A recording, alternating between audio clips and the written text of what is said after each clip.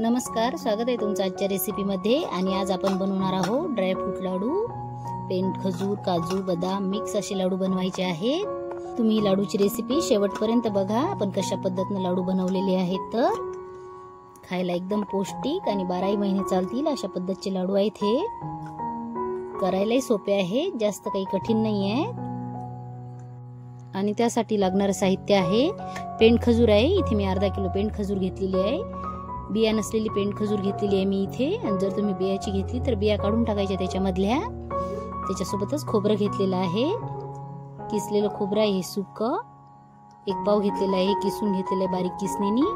बदामचे काप घेतलेले आहेत 1 वाटी आणि त्याच्यासोबतच काजूचे काप आहेत 1 वाटी। हे दोन्ही 1-1 वाटी घेतलेले आहेत। मगज बी घेतलेली आहे अर्धी वाटी। भोपळ्याच्या बिया आहेत 1 वाटी।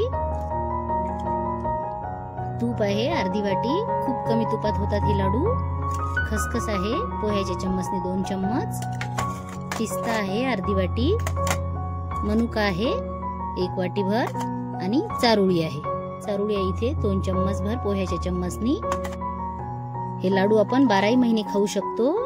याने रोगप्रतिकार शक्ती वाढते आणि याच्यामध्ये साखरचं प्रमाण नाही आहे किंवा गुळाचा वापर कुठेच केला नाही। याच्यात आपण पेंड खजूर मध्ये जेवढा गोडवा आहे त्याच गोडव्यामध्ये आपण हे सर्व साहित्य टाकून लाडू बनवणार आहोत। आणि खूप छान आणि खूप सोप्या पद्धतीचे लाडू आहेत। चला तर आता आपण पटकन रेसिपीला सुरुवात करू। आता सर्वात आधी आपल्याला खोबरं भाजून घ्यायचं आहे। मी ती गॅसवर कढई ठेवून दिलेली आहे। त्याच्यामध्ये खोबरं टाकून देते आधी आणि हे भाजून घ्यायचं। तर भाजलं तर लाडू आपले जास्त दिवस टिकतात, वास नाही लागत त्याला। आता मी याला भाजून घेते खोबऱ्याला आधी। हलकं भाजून घ्यायचं आहे। आता मी खोबरं काढून घेते आधी। आता खोबरं काढल्याच्या नंतर आपल्याला ड्रायफ्रूट भाजायचे आहेत। आता त्याच कढईमध्ये 2 चम्मच तूप टाकून घेते। बदामचे काप जे मी करून घेतले होते ते 1 वाटी काजूचे काप, पिस्ता। आता हे सगळं व्यवस्थित भाजून घ्यायचं।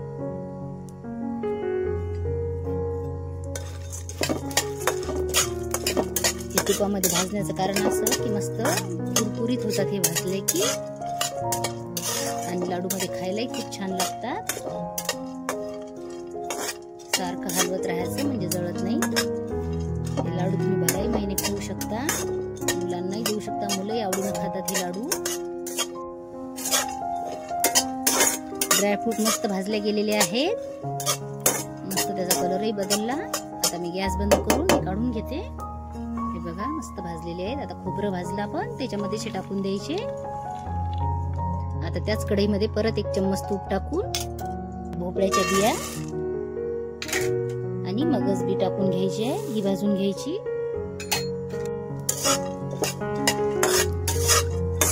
ही पण अशीच 1-2 मिनिटं भाजून घ्यायची आहे। मगज बी आणि भोपळ्याची बी ही भाजताना मस्त फुलते। भोपळ्याची बी लाडू मध्ये वापरलेले हे सर्व पदार्थ खूप पौष्टिक आहेत आणि 12 महिने चालतात।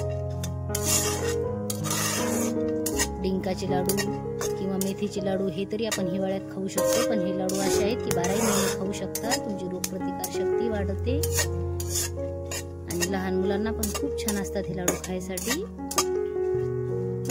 आता हे मस्त भाजलेले आहे।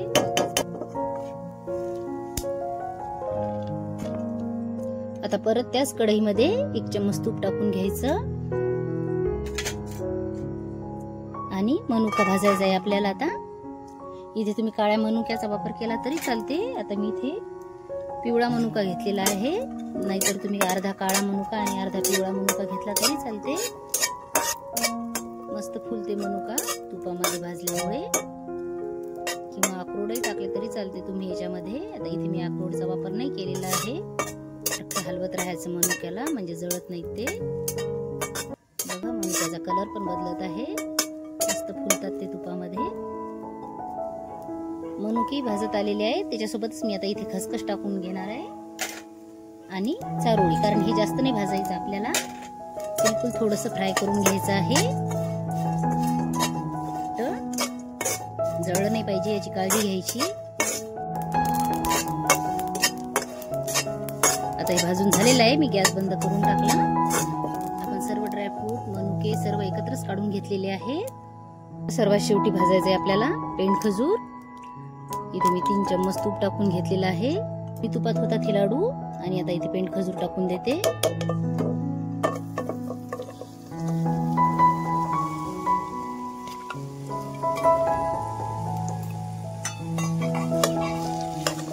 तुम्हाला वाटलं तर तुम्ही मिक्सर मधूनही फिरवू शकता पेंड खजूर. आता इथे मी अशीच भाजून घेणार आहे. 10 मिनिटं तरी लागतात तिला भाजायला. सारखं हलवत राहायचं, खाली लागली नाही पाहिजे. गोळा होईपर्यंत भाजून घ्यायची आता हिला.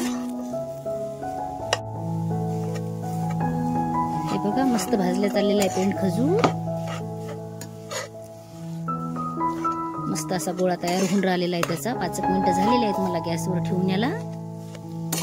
बघा पेंड खजूर मस्त भाजलेली आहे. घट्ट असा गोळा झालेला आहे त्याचा. अशाच पद्धतीने भाजून घ्यायची आहे आपल्याला पेंड खजूर. आता मी गॅस बंद करून घेते आणि काढून घेते हिलाई. बघा अशा पद्धतीने मस्त भाजलेली आहे.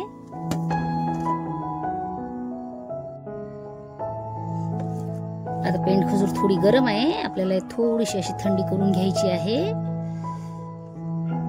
आणि नंतर मग त्याच्यामध्ये ड्रायफ्रूट टाकायचे आहे. आता मी याला थोडीशी थंडी करून घेते.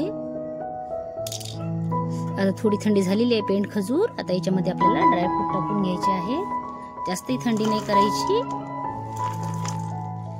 आता हे सर्व भाजून घेतलेले ड्रायफ्रूट मी याच्यामध्ये टाकून देते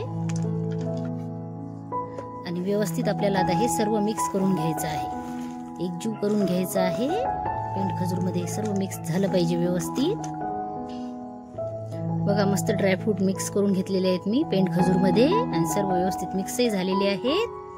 आता आपल्याला याचे छोटे छोटे लाडू बांधून घ्यायचे आहेत. लाडू पण जास्त मोठे नाही बांधायचे, असे एकदम छोटे छोटे बांधायचे आहेत.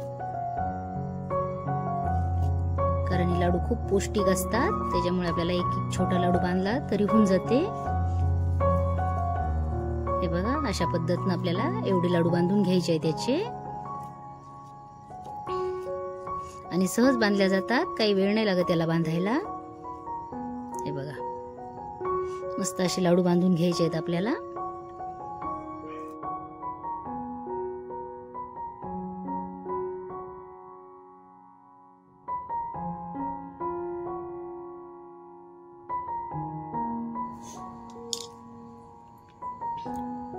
बघा अशा पद्धतीने मी सर्व लाडू बांधून घेतलेले आहेत.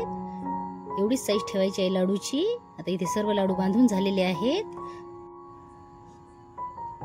तुम्हाला ही लाडूची रेसिपी कशी वाटली मला कमेंट करून नक्की सांगा. आणि व्हिडिओ आवडला तर व्हिडिओला लाईक करा, चॅनलला सबस्क्राईब करा. भेटू अशाच एका पुढच्या व्हिडिओमध्ये. तोपर्यंत धन्यवाद.